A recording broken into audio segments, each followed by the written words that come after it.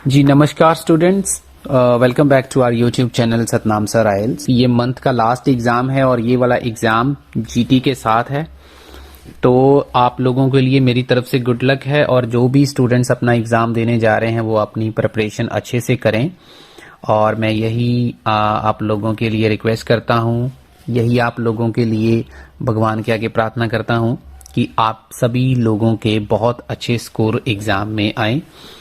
और दूसरी चीज जो ध्यान देने वाली है स्टूडेंट्स, आपको क्या करना है कि कुछ गलतियां जो बहुत ज्यादा कॉमन होती हैं, देखो मेरे को इस लाइन में ऑलमोस्ट 12 इयर्स हो गए हैं और मैंने देखा है कि स्टूडेंट्स बहुत सारी गलतियां ऐसी करते हैं, शायद वो क्लास में ऐसी गलतियां नहीं करते लेकिन जब वो एग्जाम में जाते हैं तो वो कुछ गलतियां ऐसी करते हैं जो कि बिल्कुल भी अनएक्सपेक्टेड होती हैं, जो हम एक्सपेक्ट ही नहीं कर रहे होते कि वो बड़ी गलतियां वो कर सकते हैं।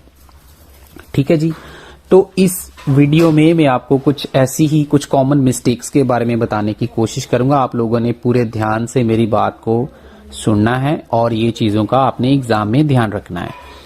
ठीक है जी, तो सबसे पहले मैं बताना चाहता हूं कि जैसे आप लोगों को पता है कि सबसे पहले आपकी राइटिंग आएगी। ठीक है जी, तो राइटिंग से ही हम स्टार्ट करते हैं। तो राइटिंग में आप लोगों ने टास्क 1 और टास्क 2 जो है, जो टास्क 1 है उसका प्रॉपर एनालिसिस करना है। ठीक है जी, टास्क 1 को आपने पूरे अच्छे से एनालाइज करना है। मेरा कहने का मतलब ये है कि आपने उसका, अगर आपको कोई ग्राफ आता है तो उसका प्रॉपर ग्राफ चेक करना है। वो परसेंटेज में डेटा दिया गया है, आपको नंबर्स में डेटा दिया गया है, आपको फिगर्स में डेटा दिया गया है, किस चीज में आपको डेटा दिया गया उस चीज को मेक श्योर करना है। और दूसरी चीज आपने ध्यान रखनी है कि आपको जो भी चार्ट दिया गया है वो आपका जो चार्ट है वो कंपैरेटिव चार्ट है या ट्रेंड चार्ट है, क्योंकि कंपैरेटिव चार्ट जो होता है उसमें कैटेगरीज अलग अलग टाइप की दी होती हैं, उसको आपको अलग तरीके से लिखना होता है। और जो ट्रेंड चार्ट होता है उसको अलग तरीके से लिखना होता है, क्योंकि उसमें year wise, month wise, day wise data दिया होता है। तो ये चीजें आपने अच्छे से मेक श्योर करनी है, क्योंकि स्टूडेंट्स सब्जेक्ट ही गलत उठा लेते हैं, इसकी वजह से उनका काफी सारा क्वेश्चन वहां पे ही गलत हो जाता है। और दूसरी हम बात करें अगर राइटिंग टास्क 2 की, वो भी आपके लिए काफी ज्यादा इंपॉर्टेंट है। ठीक है जी, उसकी मार्किंग आपको पता है कि उसकी वेटेज ज्यादा है।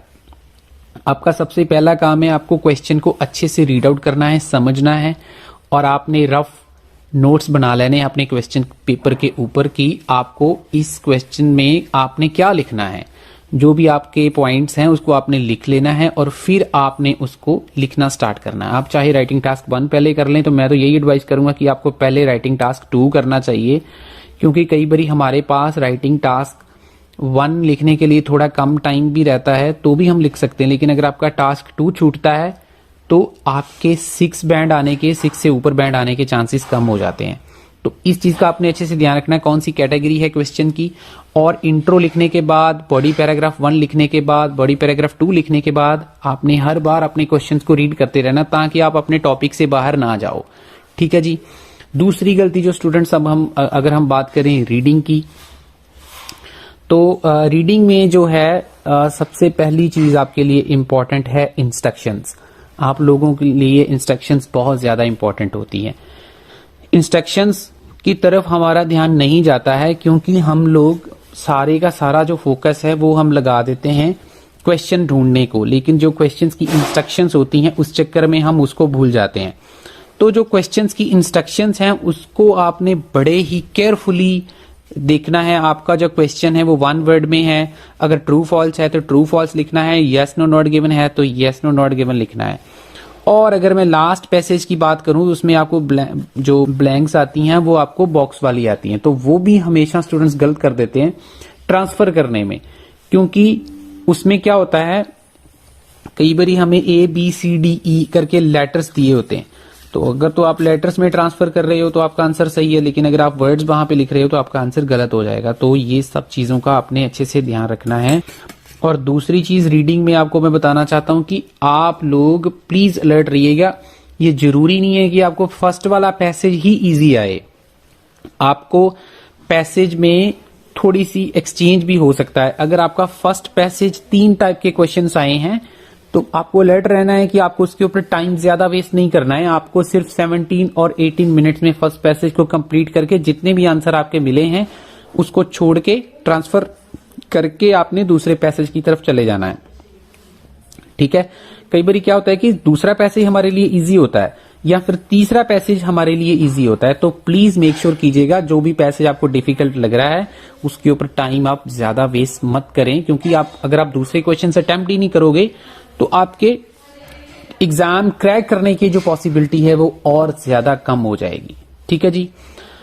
और अगर हम बात करें लिसनिंग की, तो लिसनिंग में सबसे इंपॉर्टेंट चीज आपकी सबसे पहले तो कंसंट्रेशन है। आप जब भी लिसनिंग शुरू करते हो तो आप जिस भी भगवान को मानते हो, चाहे किसी गुरुद्वारे को, ठीक है, किसी मंदिर में जाते हो, कहीं भी किसी पीर को मानते हो, तो आपने अपनी आंखें बंद करके 2 मिनट के लिए जरा अपना कंसंट्रेशन लेवल बढ़ाना है। ठीक है जी, ताकि आपकी जो कंसंट्रेशन है, क्योंकि कंसंट्रेशन अगर आपकी एग्जाम में रहेगी तभी आप लिसनिंग कर पाएंगे। लिसनिंग सुनना बहुत जरूरी है, आपको सिर्फ वर्ड सुनने से आपकी लिसनिंग कंप्लीट नहीं होने वाली है।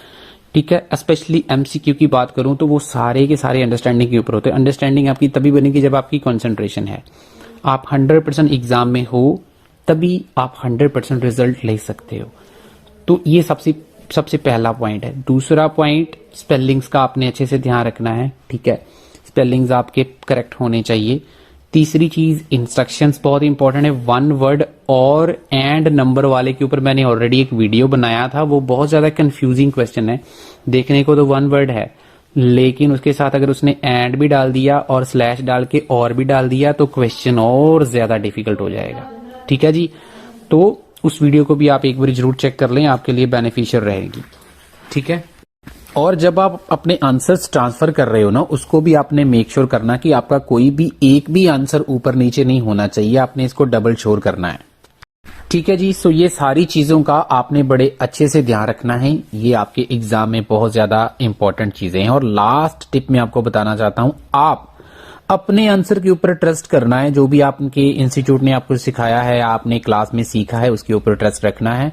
आपको नहीं पता है कि आपके साथ जो बच्चा बैठा हुआ है उसका लेवल क्या है, आपसे अच्छा है, आपसे बुरा है, आपको नहीं पता है।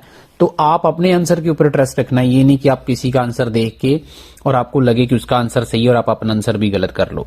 तो आप अपने आंसर के ऊपर जरूर ट्रस्ट रखना है। So thank you so much. अगर ये वीडियो आपको मेरा अच्छा लगा है तो प्लीज इस वीडियो को जरूर लाइक कर दीजिए और चैनल को भी सब्सक्राइब कर लीजिए।